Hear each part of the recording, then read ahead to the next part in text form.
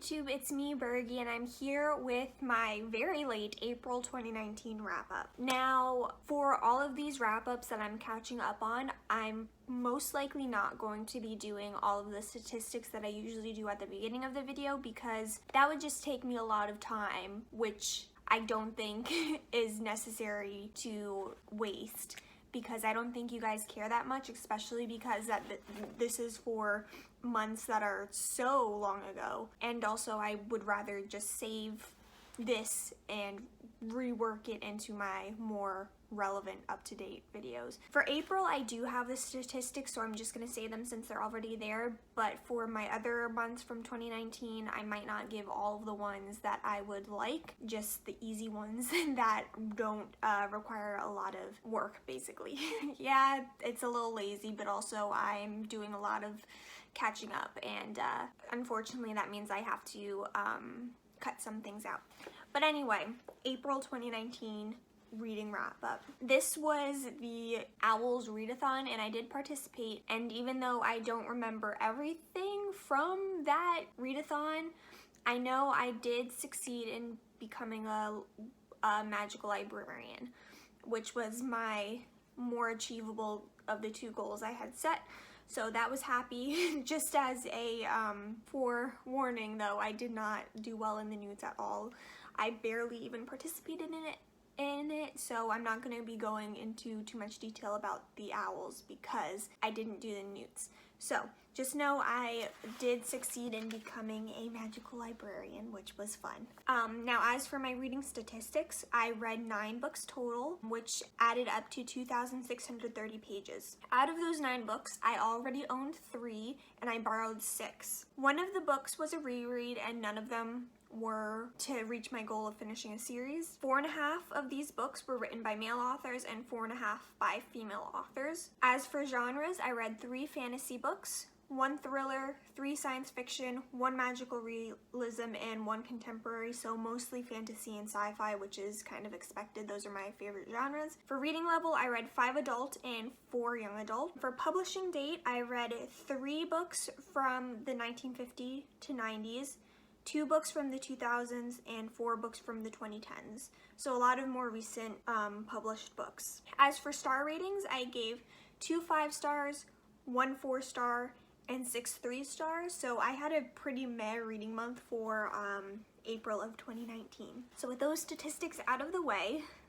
let's go into the specific books. The first book that I finished in April was The Thief by Megan Wallen Turner. This was one of the books that I had borrowed from the library that was left over from my month of reading Greek-inspired related literature, which happened all the way back in March. So this was kind of a leftover one. So I had originally heard about this on YouTube. It wasn't a book that I had heard of outside of this platform, and it's been pretty hyped, particularly by Peruse-topia. I definitely hear her raving about this series, honestly, for a long time. I feel like since the start of me watching her booktube channel, she raved about this series. So when I found out it was in some way connected to ancient Greek culture, I was excited to pick it up, and I was expecting wholeheartedly to at least enjoy it. But boy, I was vastly underwhelmed by it. So this is set in a world somewhat influenced by ancient Greek myth and society, but was twisted or adapted in a very annoying way. For example, Megan Wallen Turner would only slightly change the name of an ancient Greek Olympian god for her story, which if you're going to base it off of ancient Greek culture and you're just gonna change it like by 1 letter in the name, I just find that very lazy. Either create your own culture and completely redo it, even if it is kind of rooted in ancient Greek culture and mythology, or just stick to the original. Don't half-ass the change. That's just my opinion. So because of this, I felt that the connection to the Greek culture was really forced and had no real importance to it. Like, it didn't really progress the story that much. It was just like name dropped. But again, a slightly changed name dropping, so it was like, why even include it? As for the plot, we follow a young man or a boy or an adult, you can never really tell the age of the character, who had stolen from the king, was imprisoned, and then was asked to help the king steal something. That plot just seems very simple, but along with the writing style, there was just nothing challenging about this, and it just felt like a very low middle grade novel rather than the young adult book that this is actually, I guess, stated as being reading level wise. So it just was very unchallenging and not enjoyable at all. This was also just a very short book, written in a very easy way. So even though it was very simple, I found myself spending so much time trying to get through reading it because the plot was mundane. The characters were monotonous and underdeveloped, and really there was nothing there that kept me hooked and wanting to read it. So I gave this book a C, and honestly, I don't see myself continuing on with this series. Next up was Rage by Richard Bachman. This I picked up because it was the next Stephen King book that I was supposed to read in my long-term goal of reading Stephen King's books in publication order. This one is very hard to find because it was stopped. Its printing was stopped due to mass shootings rising in the 90s and continuing as a trend. So obviously this is a book about, or a short story rather, about a mass shooting in a school, but it's more than that. And I'm sorry that I'm looking down at my notes. I don't really remember that much, so my notes are really helping me remember my thoughts on these books because it was so long ago. So please bear with me. I promise you I'll be better when I get to the more recent books that I've read. But anyway, so Rage goes not only into the headspace of the shooter, a high school boy named Charles who has mental issues, but also into the reactions of his fellow students who he holds hostage. Now, I honestly don't know how I feel about this short story. On the one hand, it was interesting to see the psychologies of the students, but at the same time, it wasn't only hard to read, but just disturbing, especially with the present societal climate in which I read this in, where a lot of shootings happen basically every day, and a lot of them happen in school settings. And because of that, like, I can understand why Stephen King decided to not have it be published any further, but at the same time, I feel like that just adds to the problem because I feel like there are some important psychologies that you learn from this story that it's not just black and white, and I feel like that's an important thing that we need to talk about more as a society. But at the same time, yeah, again, it kind of makes the issue harder. So I don't know how I feel about the fact that Stephen King decided to not have this published anymore. I don't know.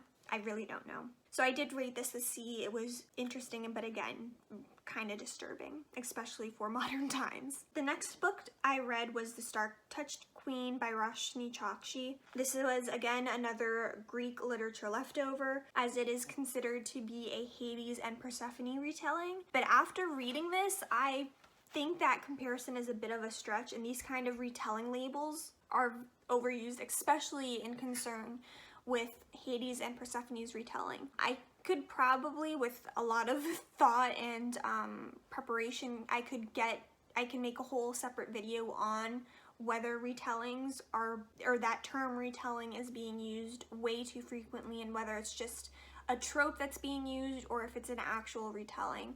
In this, it's just, I think, a trope. But anyway, I also picked this up because I had read Chokshi's middle grade novel Arusha, and was a bit disappointed in that, and therefore wanted to give her another chance. Well, I did, and I have to say that I don't think she's the author for me.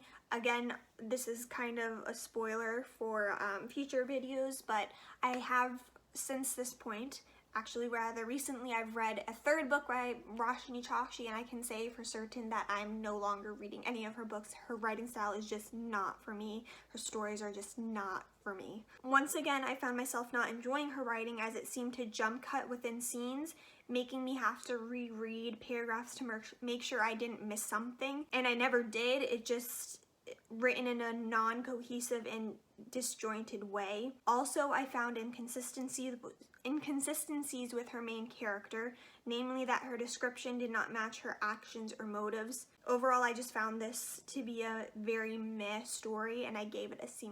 So these first three novels that I read in April were totally meh reads. Thankfully though, the next book I read was an awesome one, and that was The Philosopher Kings by Joe Walton. This is the second book in Joe Walton's Thessaly series, of which the first book is called The Just City, which I read in March, which I'll link my review for all my March reads somewhere, probably in the description because I don't know the cards yet, but I'll try to figure that out.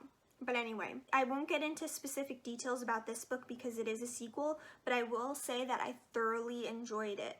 While it didn't have as many of the same elements that I loved from the first book, it was still extremely interesting and thought-provoking. And once I finished the series, which I did by now, and actually quite soon after April, I think I read it in May or something like that, I plan on making a more in-depth series review, which is still the plan because I have thoughts on the series and I think it's not talked about enough. But just as a brief summary of this series, it's basically a real-life experiment of whether Plato's Republic would work in real life. And this is a project that Athena and Apollo kind of are the head scientists, I guess you would call it, or the head practitioners of it. And they use various humans who wish to live out Plato's Republic. They bring them into an area that would not be disrupted or found by the other humans, so that way they are kind of in their little bubble and they live out Plato's Republic, which was very interesting. So I did give this an A rating, and I wholeheartedly recommend you pick up this series because it's so cool, especially if you like more novels that kind of discuss morality and different psychological things. You'll really enjoy this book, and especially if you like Plato's Republic or are into that kind of theology kind of stuff, or psychology, I think you would enjoy it. It was really good. Next, I read Sputnik Sweetheart by Haruki Murakami and translated by Philip Gabriel. So I picked this up because I had seen that it was partially set in a Greek island and I wanted to read it for my Greek Literature Month. Again, a lot of my reads from April were ones that had tided over from March. So this was a very strange book. It was my first Haruki Murakami, and I kind of knew that his books were a little weird, but I didn't realize how kind of strange they were, so that was eye-opening. But I mean, I enjoyed it, I think, but it was weird. So it started out as a normal contemporary literary fiction where a guy was in love with a girl who didn't love him back, and then that girl goes missing after spending a lot of time with an older woman with whom she's infatuated with. So that's where the weirdness then starts, and by the time it ended, I felt like I had watched a freaky anime. There was one anime that my brother had me watch that I just couldn't even watch like 5 minutes of because it was just scaring the shit out of me for I don't even know why. It just was freaky for me.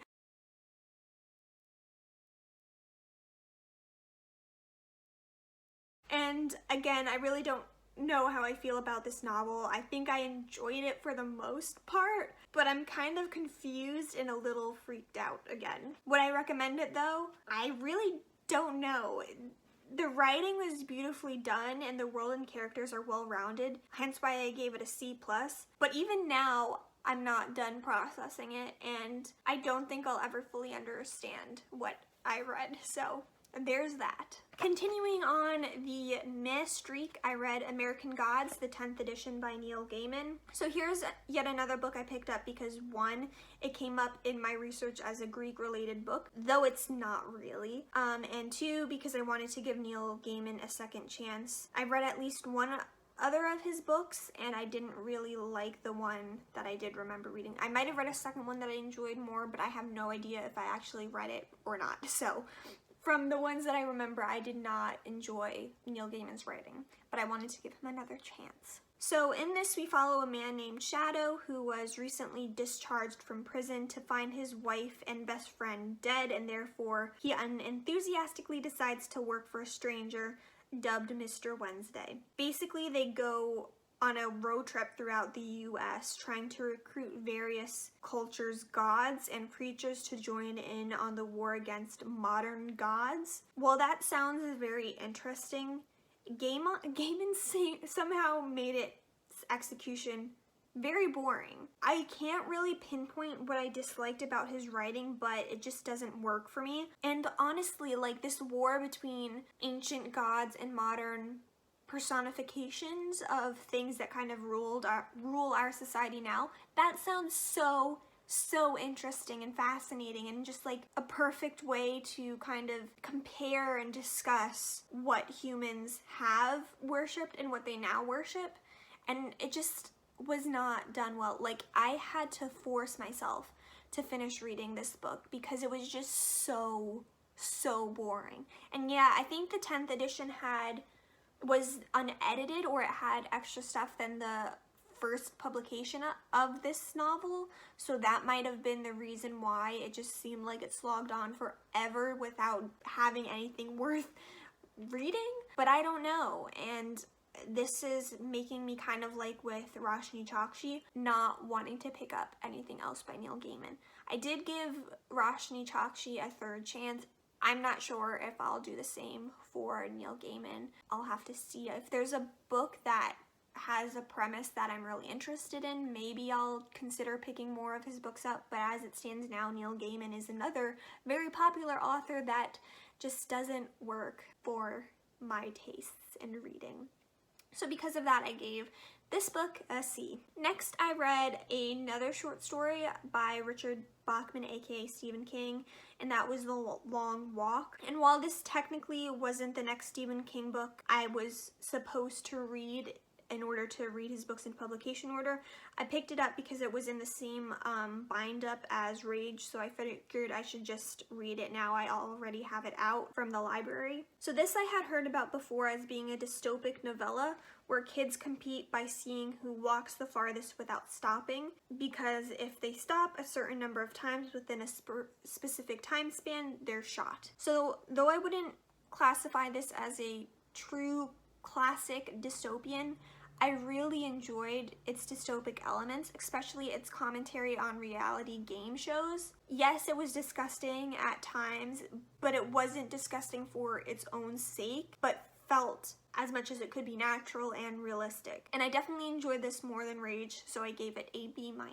Following this, I read Poet Andersen of Nightmares by Tom DeLonge and Suzanne Young. I picked this novel up because I absolutely love the other Tom DeLonge series I've read, and was hoping I'd love this one too, even though Poet Andersen is a young adult rather than adult novel and also has a different co-writer attached to it. I have to say I was quite disappointed. While I find the plot interesting as it has to do with dream walking, I just did not like the writing style. I found it to be kind of jumpy in the same way as Star Touch Queen was. While I gave it a C+, as I didn't enjoy it as much as I was hoping, I would continue on with this series, though maybe not anytime soon. I'm interested to read other novels written by Tom DeLonge where he is attached to it, because I'm not sure if he actually does any of the writing or if he just comes up with the concepts and then the partner co-writer is the actual writer for it. I don't know.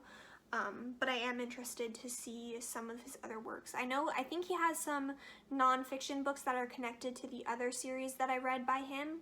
So those I'd be very interested to check out, probably before continuing on with this series. Because yeah, this was definitely a very young adult written book, and I just did not enjoy it as much as the adultiness of his other series. Next, I read The Sisterhood of the Traveling Pants by Anne Brashers. So during my month of Greek literature, I had decided to watch this movie because I know it's partially set in Greece, and watching this movie, oops, when did that happen? And watching it made me extremely eager to reread the novels. So this is a series, this series is one of the only contemporaries that I frequently reread. I don't do that often. The only other contemporary book that I reread or have reread was The Perks of Being a Wallflower. So the fact that I've reread this series, I think, 3 or 4 times. There was a time I think where I did it every summer, but yeah, I've reread this series multiple times. So the fact that I reread it like shows how much I love this story. And I was really afraid though that it wouldn't hold up today, because the last time I think I reread it was when I was still in high school, so that was a long time ago.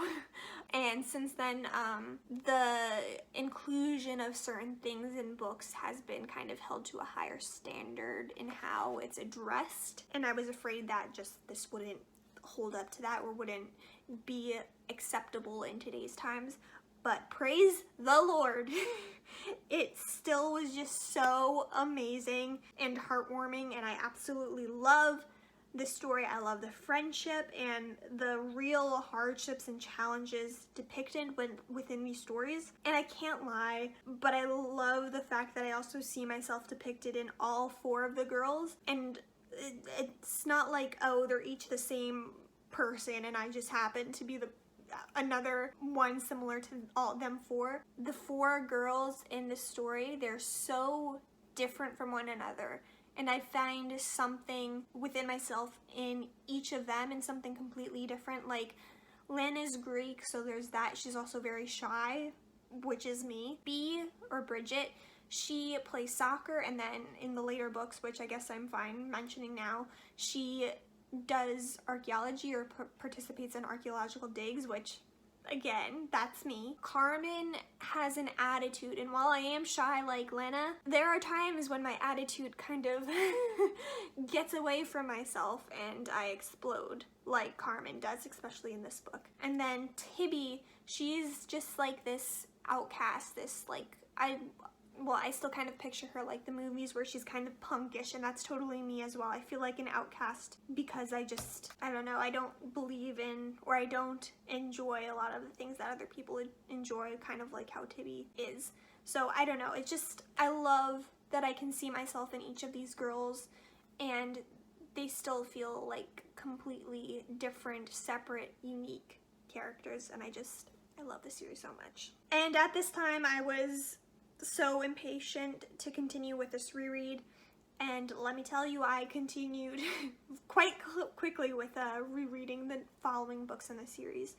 So obviously, because I loved it so much, I gave this an A+.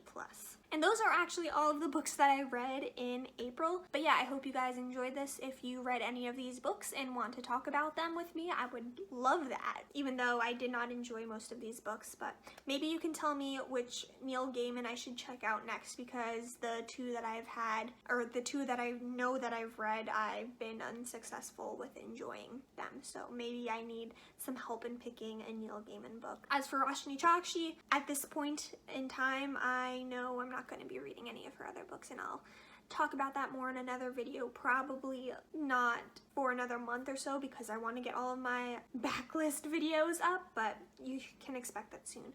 So yeah, stop rambling. I read all of those books. I'd love to talk to you guys about them, and I'll see you guys in my next video. Bye.